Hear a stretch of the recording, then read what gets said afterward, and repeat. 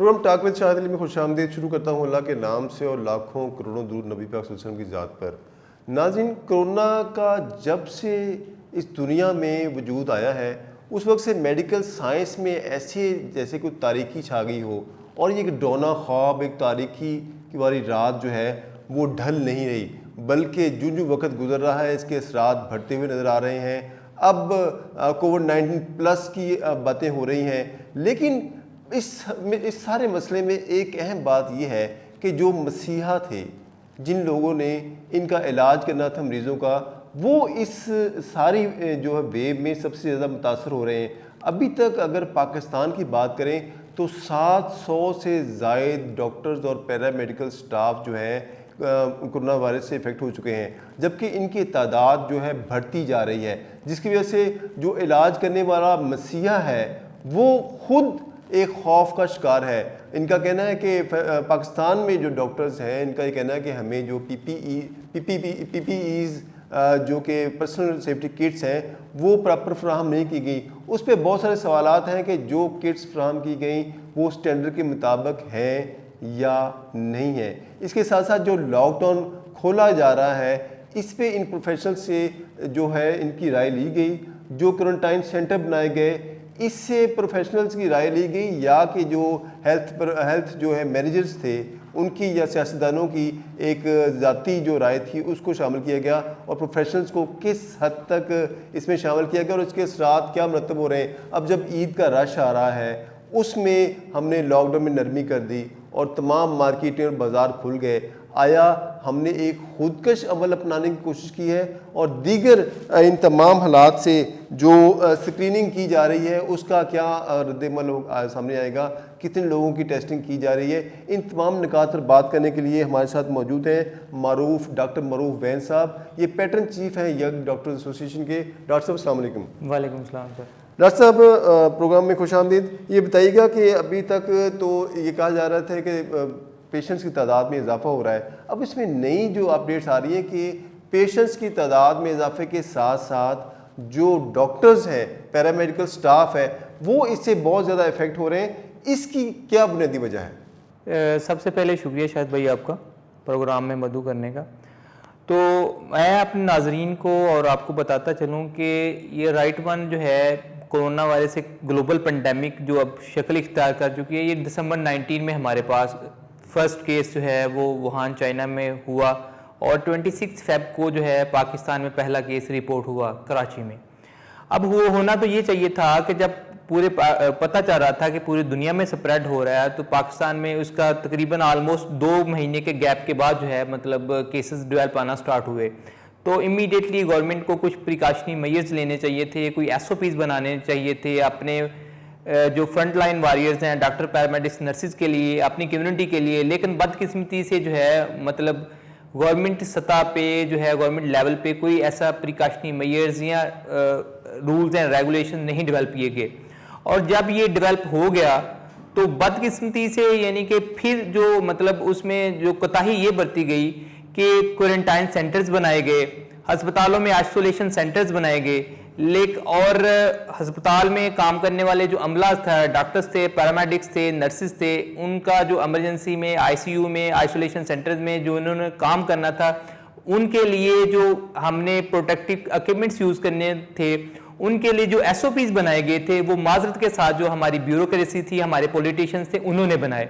हमारे health professionals को quarantine centre बनाया गया, नहीं लिया गया, उसको कॉन्फिडेंस में नहीं लिया गया। आइसोलेशन सेंटर्स बनाए गए, नहीं लिया गया कॉन्फिडेंस में। और आपको बताता चलूं जो अस्पताल में काम करने वाले डॉक्टर्स थे, पैरामेडिक्स थे, नर्सिस थे, उनकी जो गवर्नमेंट ऑफ पंजाब ने, अगर पंजाब की मिसाल ले लें या पाकिस्तान की मिसाल ले लें, तो उन्होंने एक गाइडलाइन इशू की कि अगर कोई इमरजेंसी में काम कर रहा है तो सिंपल जो है सर्जिकल मास्क के थ्रू काम करेगा। अगर कोई लेबर रूम में ICU में काम कर रहा है तो वो जो है सिंपल सर्जिकल मास्क, ग्लव्स पहन के काम करेगा। और इसी तरह अगर आइसोलेशन सेंटर में सिर्फ वो जो N95 मास्क हैं या गॉगल्स हैं उनको प्रोवाइड किए जाएंगे जो स्पेसिफिक सेंटर्स में काम करेंगे। उसके नतीजा ये हुआ कि जो मेडिकल इमरजेंसी में काम कर रहे थे सबसे ज्यादा रश तो उधर होता है, सबसे ज्यादा फर्स्ट एक्सपोजर तो पेशेंट का उधर आता है, वहां से तो हम पेशेंट शिफ्ट करते हैं आइसोलेशन सेंटर्स में। और उसका नतीजा ये निकला कि आज की तारीख तक हमारे 700 से ज़्यादा जो लोग थे, डॉक्टर्स थे, पैरामेडिक्स थे, नर्सिस थे, वो कोरोना पॉजिटिव हो चुके हैं। डॉक्टर साहब, आपने तो आपकी जो यंग डॉक्टर्स से वैसे भी सारे तबकात डरते हैं, आप जब चाहते हैं हड़ताल कर देते थे, आपने इन हालात में भी हड़ताल की और मुजारिश इशारे किए। देखें, आपको बताता चलूं कि नो डाउट जो यंग डॉक्टर एसोसिएशन है, उन्होंने अपने हक की आवाज़ उठाने के लिए, अपने राइट्स की आवाज़ उठाने के लिए, अपने पेशेंट्स के राइट्स की आवाज़ उठाने के लिए हमेशा अपनी आवाज़ बुलंद की है।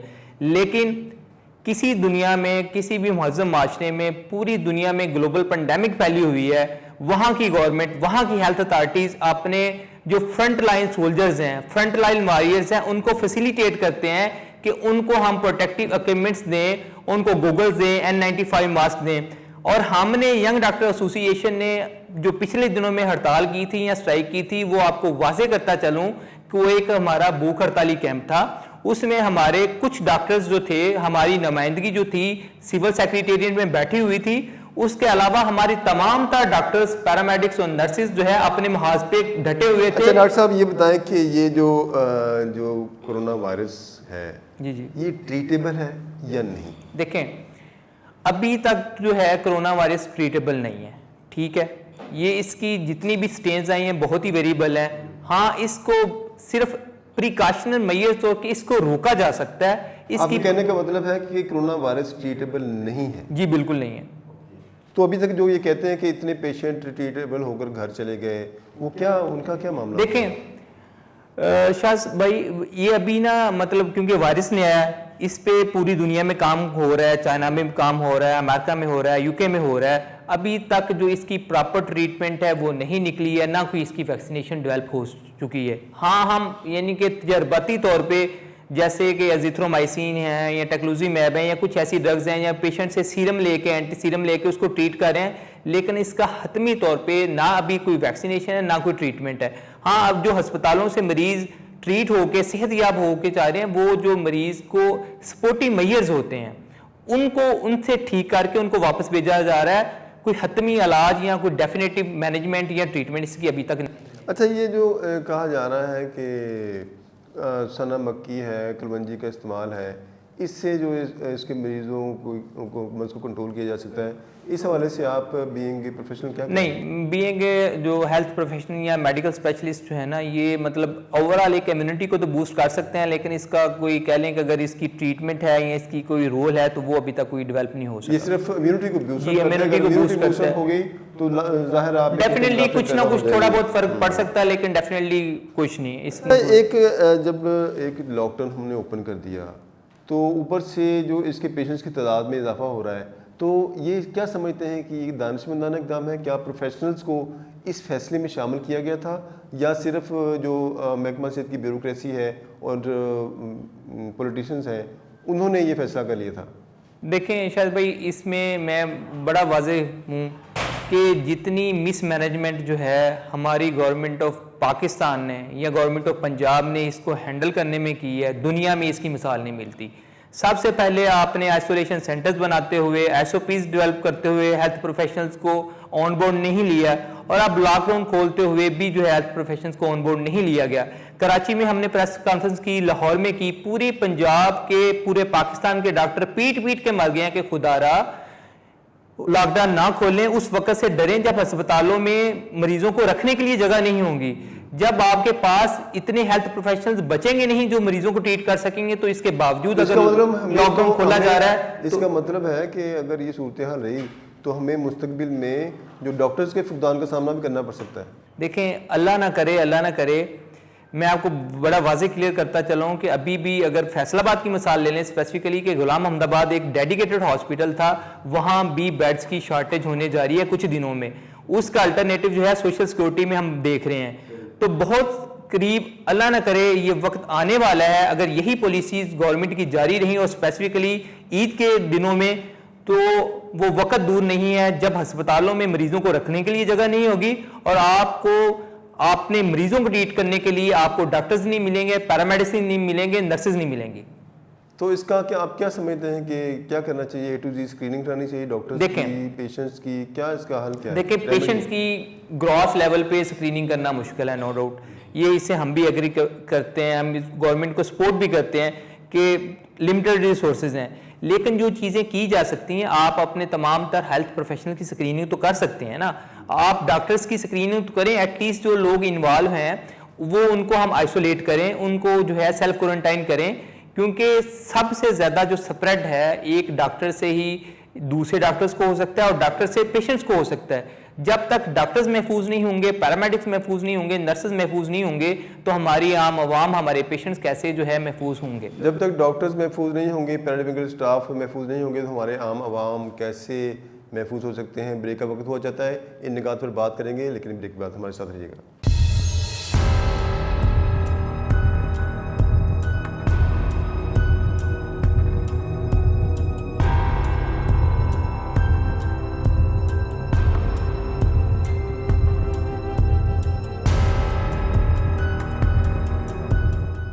वेलकम बैक नाज़रीन। बात हो रही थी कि अगर पैरामेडिकल स्टाफ और डॉक्टर्स जो महफूज नहीं होंगे तो आवाम कैसे महफूज होंगे। डॉक्टर साहब, इन हालात में जबकि स्क्रीनिंग क्या तमाम डॉक्टर्स की, पैरामेडिकल स्टाफ की स्क्रीनिंग की जा रही है थ्रू आउट पाकिस्तान? नहीं, बिल्कुल नहीं की जा रही। सिर्फ जो है स्क्रीनिंग इधर जो है उन पेशेंट्स, उन डॉक्टर्स की होती है जिनको हाईली सस्पेक्शन होती है, या अगर कोई अल्लाह नगर, जैसे कि हमारे अगर लोकल फैसलाबाद की मिसाल ले लें, तो अभी हमारे पास आइसोलेशन सेंटर्स में हमारे 4 डॉक्टर्स, एक जो है फार्मेसी टेक्नीशियन और एक जो है हमारी स्टाफ नर्स एडमिटेड है। टेस्ट सिर्फ उनके हुए हैं जो इनसे रिलेटेड लोग थे, जिन्होंने इनके साथ काम किया था।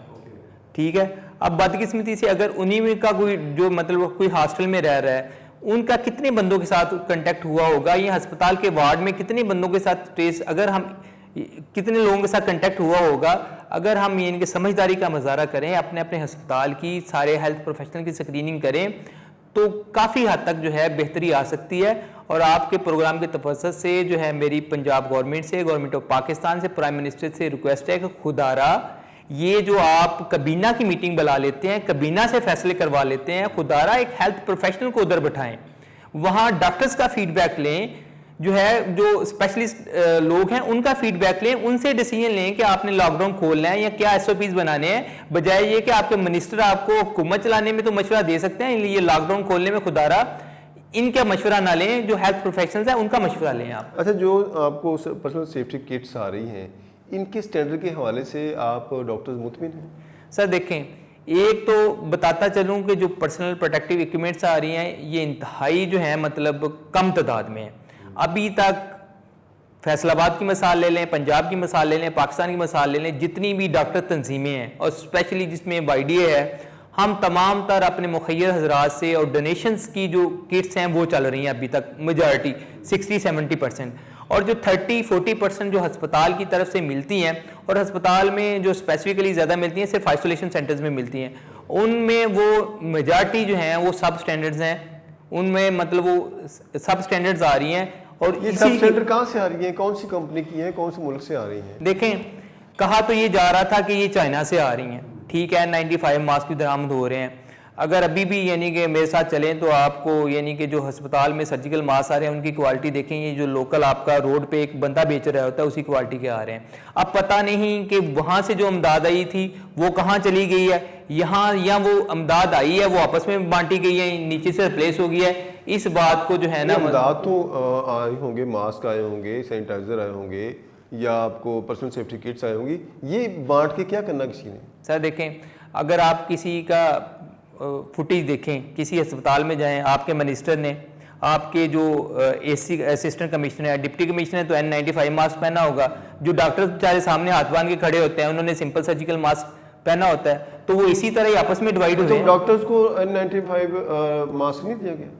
देखें, आपने मुख्तलिफ यानी कि फुटेज देखी होंगी, उसमें जो मोस्टली जो डॉक्टर्स हैं, यही तो पर्सनल प्रोटेक्टिव इक्विपमेंट में आपको बताता चलूँ, आपकी फेस शील्ड आती है, गोगल्स आते हैं, N95 मास्क आता है, ये चीज़ें बहुत ही कम तादाद में हमें मिल रही हैं। हमने जो अरेंज कर रहे हैं अपनी मदद आपके तहत, या कुछ मुखैर हजरात हैं जो लोग यानी कि डोनेशन दे रहे हैं, उससे ज़्यादा उन्हीं से हमारा काम चल रहा है। 2000 केस जो डेली के अब आना शुरू हो गए, हमने लॉकडाउन खोल दिया, तो इसके क्या असरात मतलब हो सकते हैं? सर आपको वो अल्लाह ना करे जो आने वाले करीब के दिन हैं पाकिस्तान में, इस लॉकडाउन खोलने की वजह से हालात कुछ अच्छे नहीं होंगे।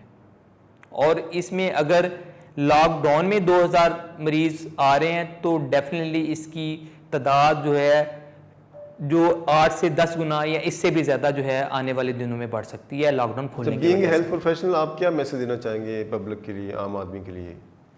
मैं अपनी पब्लिक के लिए, आम आवाम के लिए मैसेज ये किया है कि खुदारा बगैर ज़रूरत के जो है घर से बाहर ना निकलें, अपने बच्चों को, अपने आप को लिमिटेड करें, घरों में ज़रूरत के बगैर घर से ना निकलें। अगर घर से निकलना भी है तो बगैर मास्क के जो है बिल्कुल ना निकलें।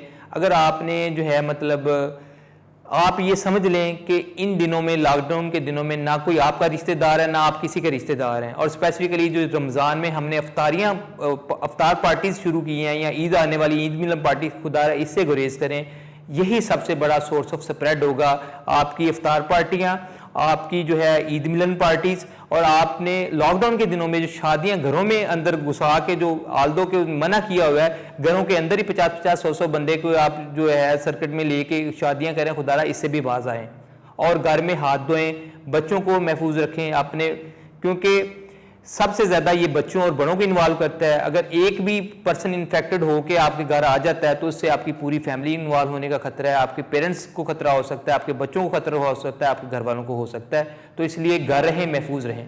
घर रहें, महफूज रहें, अपने बच्चों को जो है सोशल डिस्टेंस रखें।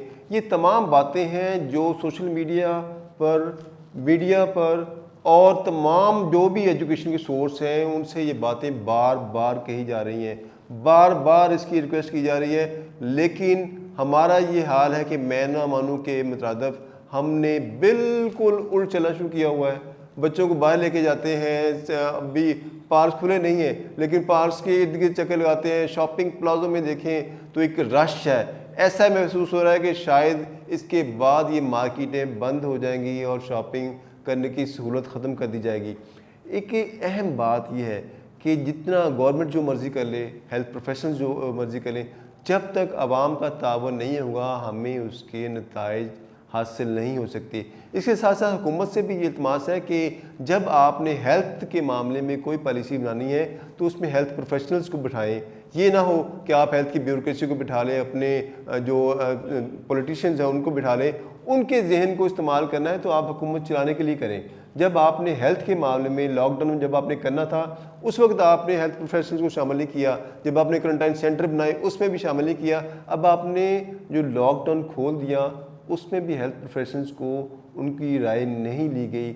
अब इस तमाम सूरत हाल के नताइज जो हैं वो आम आदमी को भुगतने पड़ेंगे। खान साहब, इस तरह के जो फैसले हैं इसका आपको इस दुनिया में भी सामना करना पड़ेगा और अगले जहान में भी सामना करना पड़ेगा। आप रियासत मदीना की बात करते हैं तो रियासत मदीना में मशावरत का निज़ाम था। वहाँ पर जो मुतल्लिका लोग थे जिनका जो जिस फील्ड में माहिर होते थे उनसे राय ली जाती थी। तो ये एक आवाम का आप पर हक है कि जब आप किसी भी मामले में कोई फैसला करने जा रहे हों तो उसके माहिरीन से राय लें, ना कि अपने इर्द गिर्द के लोगों से राय लेकर लोगों तमाम आवाम पर आपने ये जो राय थोप दी जाए। इसके नताइज जो हम देख रहे हैं कि हमारे जो रिज़ल्ट्स जो हैं, हमारे जो कोरोना के पेशेंट्स में रोज़ बरोज़ इजाफा हो रहा है। और अब जो ईद के करीब जो है, जो जैसे कि प्रोफेशनल्स कह रहे हैं कि ये एक खुदकश अमल है जो हमने अपना लिया है। जैसे ईद करीब आ रही है, ईद की शॉपिंग आ रही है, अफ्तार पार्टी में होनी शुरू हो गई, शादियाँ भी लुक-छुप वगैरह हो रही हैं। लेकिन इसके नताइज जो हैं शायद हमें इटली की तरह हमें भी खुद बाद में पशेमानी ना करनी पड़े। प्रोग्राम का वक्त ख़त्म हो जाता है, इजाज़त दीजिए, अल्लाह हाफिज़।